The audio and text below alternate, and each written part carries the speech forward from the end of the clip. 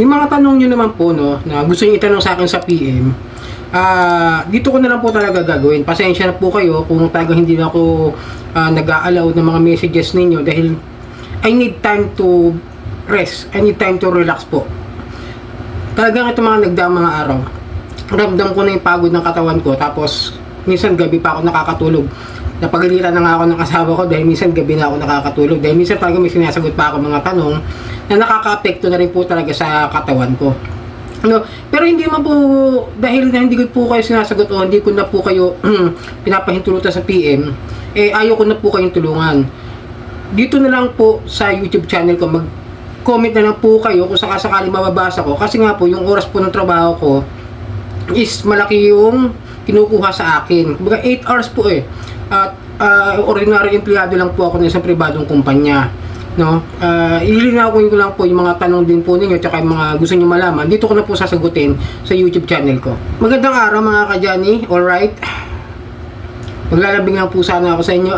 Pakipollow na lang po sana yung aking mga social media, aking Facebook, TikTok at itong aking YouTube channel. Pakilike na rin po, share at hit nyo na yung notification bell para updated po kayo sa mga videos na ginagawa natin dito about sa pang-usapang ula, no? Ako po humihingi ng pasensya talaga, no? Ang dami kasi pa rin na nagme-message, kaya nga to kagabi nag-decide ako na hinto muna ako sa pagbibigay ng payo through personal messages. Medyo naisip ko rin na medyo may tama rin yung naisip ko na kung minsan na hindi mo napipili, no? Natitsempuhan ko na bukas yung aking messenger at nasasagot ko yung iba, tapos yung iba hindi dahil matatagal na may mga questions sa akin, pinatay ko na lang po yung aking messenger. Inop ko na lang po para sa mga tanong. Kasi po parang naisip ko rin na parang unfair naman ako. Yung iba nasasagot ko, yung iba hindi. Di po ba? Ang problema lang po kasi is I have a busy time na trabaho. Tapos pagdating sa bahay, syempre may gagawin din po akong personal na gawain sa bahay, sa buhay, magluluto, syempre yung mga gawain bahay po. Kasi kami mag-asawa, nagtutulungan po kami sa mga gawain dito sa bahay. Hindi po kami yung tipo ng iaasa mo sa isa. Hindi po kami ganon. Kaya pag po sa bahay, medyo may ginagawa pa rin po ako. Kaya pasensya po kung talagang hindi po muna ako talaga, no? Dahil nakakaramdam na po ako talaga ng pagod sa katawan. Tsaka puyat. Mostly talaga dahil sa mga pagsagot ko sa mga sa mga messages, mapagalitan na ako ng asawa ko. Siyempre, na-apektuhan po talaga yung katawan. Test yung iisipin mo kung paano sasagutin, paano bibigyan ng payo. I feel you naman. I really feel you, the essence na naging biktima rin ako ng ola. Na ganyan din po ako. Pero tandaan ninyo, lahat po ng tanong ninyo ay katulad itong tanong ito. Kuya Johnny, Sir Johnny, Ka Johnny, totoo po ba ito? Kuya Johnny, Sir Johnny, Ka Johnny, hinaharas ako, nagagawin ko. Mostly ganun yung mga tanong, no? Ano po yung gagawin ko kasi naniningil sa akin, hindi pa naman June, naniningil sa akin pero wala naman yung OLE sa Play Store, mga ganun questions. Dito na lang po tayo sasagot.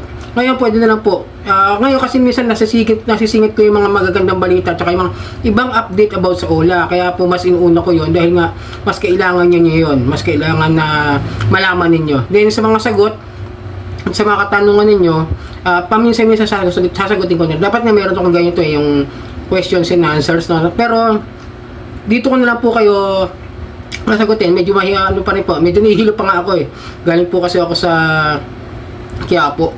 At ako yung may pinuntahan. At medyo nagpamasahe ako. Kasi nga, sobrang sakit ng katawan ko. At yun po, kung ang tanong nyo is ganito, the same question na nakikita ko sa mga comments, saka doon sa mga PM ko.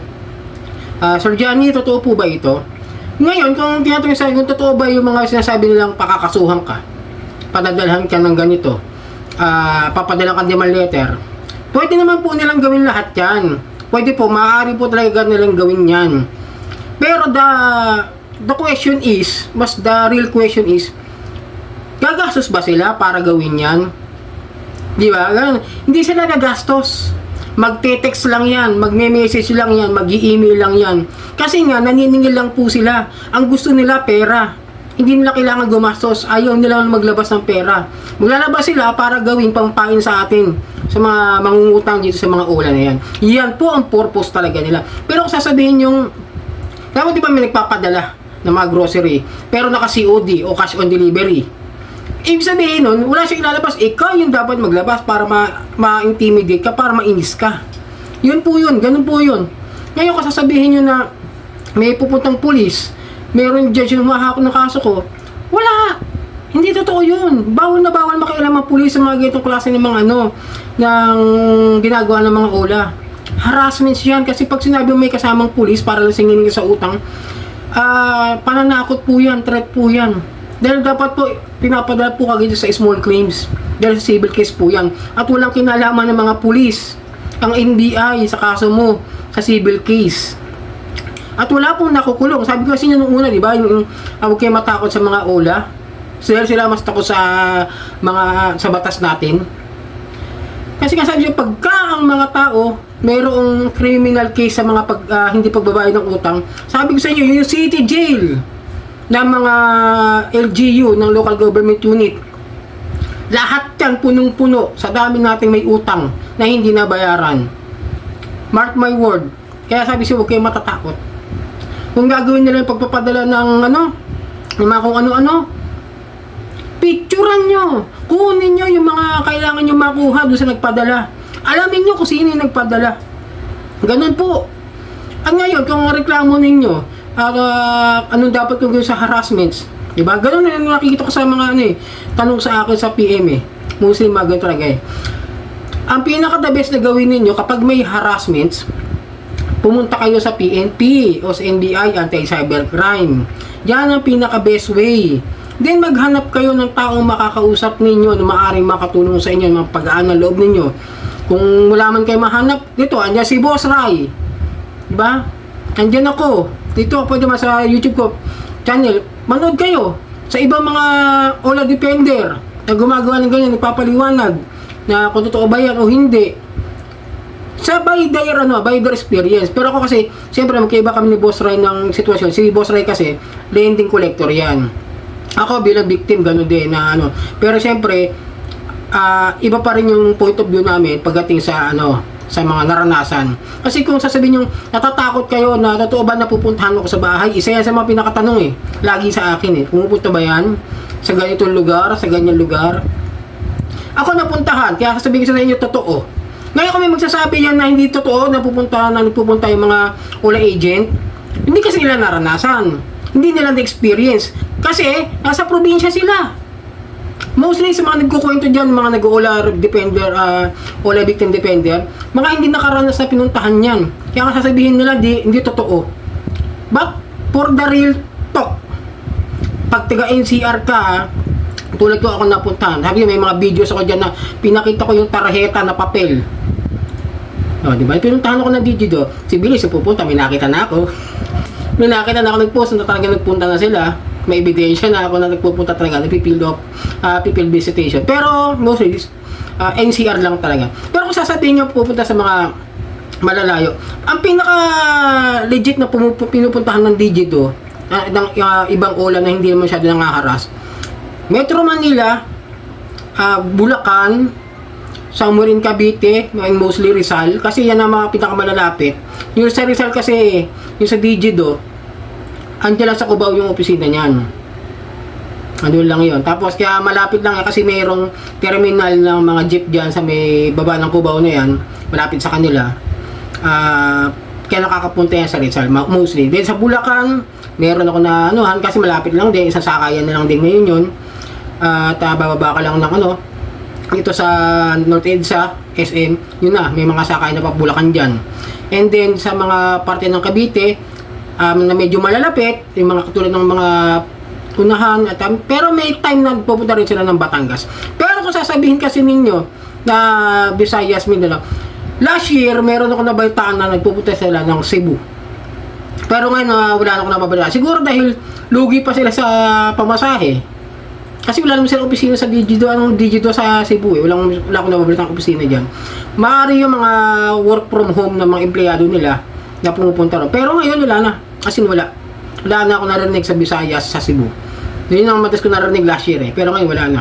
Diyan sa Mindanao, wala, malabo, napakalabo.